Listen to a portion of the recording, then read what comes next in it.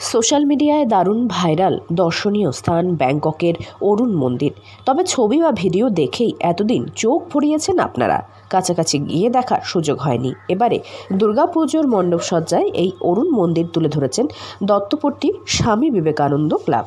মণ্ডপসজ্জার কাজ সম্পন্ন হয়ে গিয়েছে, কয়েকদিনের মধ্যেই খুলে দেওয়া হবে প্যান্ডেল। আমরা প্রত্যেক বছর আমার নতুন কোনো প্রোডাক্ট দিয়ে কাজ করি এবং সেগুলি আমি সবসময় চেষ্টা করি যে ন্যাচারাল প্রোডাক্ট, যেগুলি পরিবেশকে দূষণ করে না।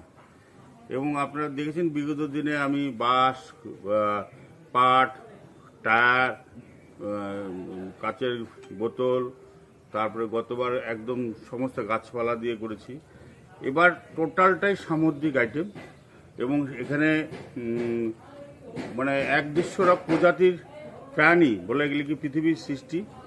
এই প্রাণীগুলো সেটা হচ্ছে ঝিনুক, তারপর হচ্ছে কী বলে এটাকে এই শঙ্খ, তারপর হচ্ছে কড়ি, তারপর আরও ভ্যারাইটিস, এগুলি আমরা এত সামুদ্রিক প্রাণীর নামও বলতে পারবো না।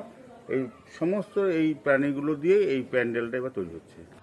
নজরকাড়া এই মণ্ডপে দর্শনার্থীদের ভিড় উপচে পড়বে বলে দাবি ক্লাব কর্মকর্তাদের। দত্তপাড়া স্বামীজি ক্লাব বরাবর দুর্গাপুজোতে নিত্য নতুন থিম উপহার দিয়ে থাকেন জেলাবাসীদের। এই থিমের পুজো দেখতে শুধু আলিপুরদুয়ার জেলার বাসিন্দারাই নয়, আসেন প্রতিবেশী জেলা কোচবিহার, জলপাইগুড়ি দর্শনার্থীরা। লাল খয়েরির মিশেলে সামুদ্রিক জিনিস ব্যবহার করে অপরূপভাবে তৈরি করা হয়েছে মণ্ডপসজ্জা। পরিবেশ বান্ধব মণ্ডপ বরাবর তৈরি করে আসছে এই ক্লাব। এবারে শিল্পীরা এসেছেন আসানসোল থেকে। ক্লাবের সভাপতি দীপ্ত চ্যাটার্জি জানিয়েছেন, জেলাবাসীকে নজরকাড়া থিম উপহার দিয়ে থাকেন তারা, এবারেও তাই করছেন। আশা রাখছেন ভিড় উপচে পড়বে।